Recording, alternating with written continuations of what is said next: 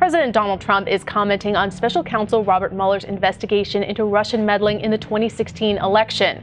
The president is vacationing in Florida, but during an interview with the New York Times at his golf club Thursday, the president said he thinks the investigation is a very bad thing for the country.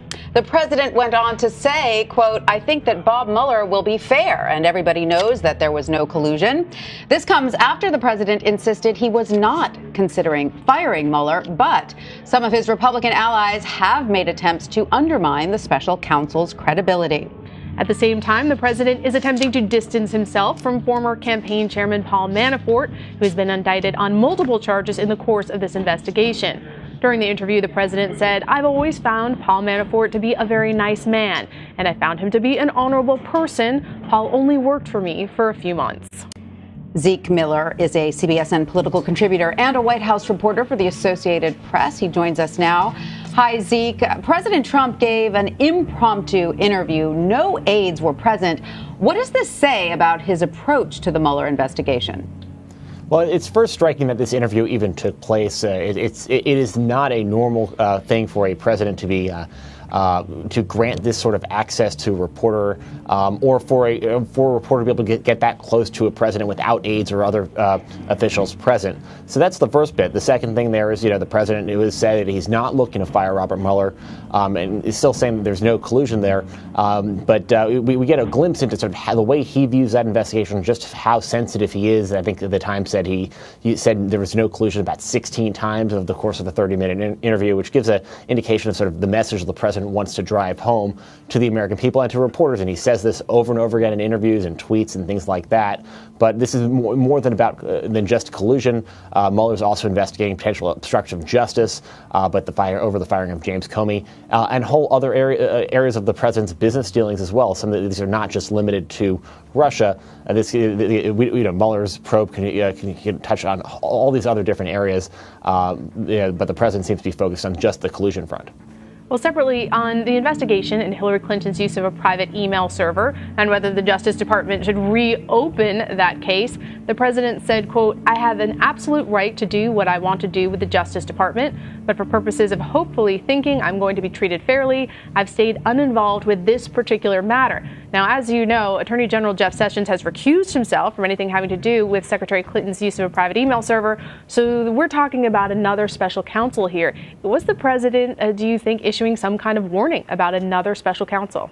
I think that's certainly possible. The president's, it's saying that he would unilaterally take that step would be a breach of the norms of the executive office of the president, but also Justice Department protocols, which are designed to limit the president's involvement. Yes, the president has absolute personnel oversight over the Justice Department, but a president directly determining who gets charged over what and the nature of those prosecutions would be a dramatic overstepping of the bounds of the president. We've seen, so the norms that have been developed in our criminal justice system for decades and centuries. But it's certainly a warning from the president there, and sort of maybe he was conflating the two things of what his ability to hire and fire somebody like Mueller or Sessions with directing prosecutions. But it is sort of the thing that critics of the president have definitely been raising red flags about, and certainly is the sort of thing, the sort of type of the types of comments of that raise more questions about the president's sort of knowledge of the norms and the boundaries that traditionally exist around the office of the president. And Zeke, sort of switching gears here for a moment, the president is also addressing some pressing issues Congress faces in the new year. First of all, on protecting the DACA dreamers, he tweeted today, "The Democrats have been told and fully understand that there can be no DACA without the desperately needed wall at the southern border and an end to the horrible chain migration and ridiculous lottery system of immigration," etc. Now, this does seem to complicate the president's prediction of bipartisanship and the upcoming fight over immigration, because, first of all, the wall was never supposed to be Congress's responsibility to build anyway. Mexico was going to build it. Which, of course, the president doesn't want anyone really focusing on. He's one of those lines that, the Mexico's going to build a wall, something we have not heard from him in months as he's tried to repair relations with south of the border. But in this immigration fight that is bubbling up and is going to come to a head in the next 3 months is one the president provoked when he rescinded the DACA program with the 6-month expiration window earlier this year. that is sort of forced a crisis point for lawmakers on Capitol Hill, Democrats and Republicans. Most of them and the American public sort of overwhelmingly supports a fix for the so-called dreamers, the people brought here illegally as children, and have been covered by that Obama-era protection. But the president has been clear that he wants to get all of these other things along with that. Democrats say they don't want it.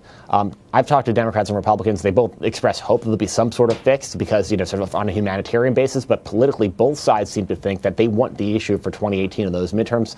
The president's been very clear about, he's used immigration in 2016. Absolutely. Zeke, I wanted to talk about the fact that just hours after tweeting his disappointment with China over its reported oil shipments to North Korea, the president said in his interview with The Times, quote, "China's hurting us very badly on trade, but I've been soft on China because the only thing more important than trade is war."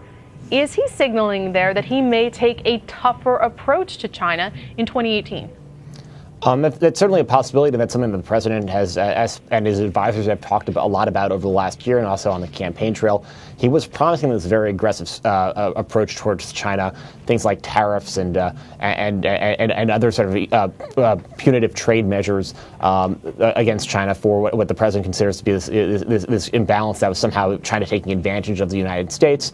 But we haven't really seen too much of that. There have been threats over steel imports and others that maybe investigations that maybe they would lead to something, but so far there've been no action and substance on that front because the North Korea issue has sort of been at the front burner.